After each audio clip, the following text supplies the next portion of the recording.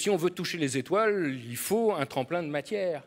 Et donc, on doit avoir maîtrisé et compris cette matière et aimer ce monde. Et pour aimer ce monde, il faut aller dedans. Puis il faut mettre les mains dedans aussi. Donc, on va avoir une partie très pratique. Et puis, on va avoir une partie spirituelle qui, au début, n'est pas du tout agréable. Je veux dire, rencontrer la lumière quand on n'est pas prêt, se faire rectifier quand on a des nœuds partout. Pour vous donner un exemple, la rectification, pourquoi? Parce que dans un corps rectifié, la lumière passe mieux que dans un corps qui va dans tous les sens. C'est la différence entre le charbon et le diamant. C'est du carbone pur. Pourquoi il y en a un qui est noir et mou et que l'autre est dur et parfaitement transparent? Ça ne peut pas être la matière puisque c'est du carbone pur. Donc c'est l'organisation. Il y en a un qui est chaotique et il y en a un qui est aligné. Ça veut dire que si moi je fais la même chose dans mon corps et que je m'aligne, je laisse passer la lumière. La représentation, c'est le tuyau d'arrosage sur une pelouse. Vous prenez un tuyau d'arrosage qui est dans tous les sens et vous voulez le rectifier. Qu'est-ce que vous faites? Vous le branchez puis vous mettez de l'eau. Et évidemment, il se redresse, sauf s'il y a des nœuds. Imaginez, s'il y a des nœuds, ça gonfle puis ça explose. C'est comme nous. C'est-à-dire que si on se trouve dans un lieu où il y a une douche, justement, et qu'on n'est pas rectifié et que la lumière rentre dedans, on explose et c'est les morceaux qui sont rectifiés. Ah oui. Alors évidemment, sur un lieu comme le pèlerinage de Saint-Jacques, il y a des lieux qui vont être des vraies machines à rectification, sans qu'on s'en rende compte. En faisant le chemin, on va se trouver à des endroits où on va se dénouer.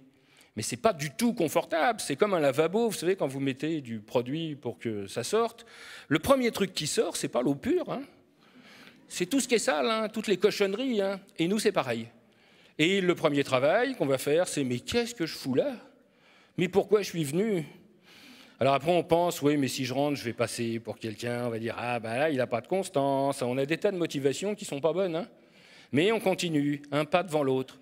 Et puis un jour, on s'arrête et puis on est juste bien. Et puis ça suffit. On va se rendre compte qu'il y a des phases du pèlerinage, des vrais outils, des vraies machines. Toute l'architecture sacrée, finalement, c'est des machines. Il se passe quelque chose à l'intérieur. Et il y a des lieux, il y a un lieu en Espagne, ça m'a marqué parce que ça me faisait penser au Muppet Show, parce qu'il y avait des petits vieux qui étaient assis là, et qui ne bougeaient pas, et qui nous regardaient d'un air narquois. Parce qu'ils avaient compris, ils étaient immobiles, il n'y avait aucun problème. Là, du matin au soir, il n'y a rien qui bougeait. Je suppose même qu'il y a des oiseaux qui pouvaient faire leur nid, ça n'aurait rien changé. Et ils sont devant un arbre, et cet arbre, il est minéral. C'est-à-dire qu'on a l'impression vraiment que c'est de la pierre. Et les anciens appellent ce lieu la porte du temps. Et quand on passe là, quand on voit cet arbre, on n'a pas d'autre choix que de rester immobile. Alors évidemment, la réaction, ça dépend de combien d'agitation on a emporté. Si encore on a beaucoup d'agitation et qu'on essaye de vous rendre immobile, ça va durer 15 secondes.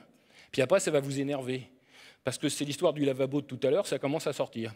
Alors évidemment, quand tout le monde râle parce que les émotions sortent, et que ça m'est arrivé de voyager avec des gens, je leur dis, mais vous savez, ce qui sort, ça ne vous plaît pas, mais ce n'est pas moi qui l'ai mis.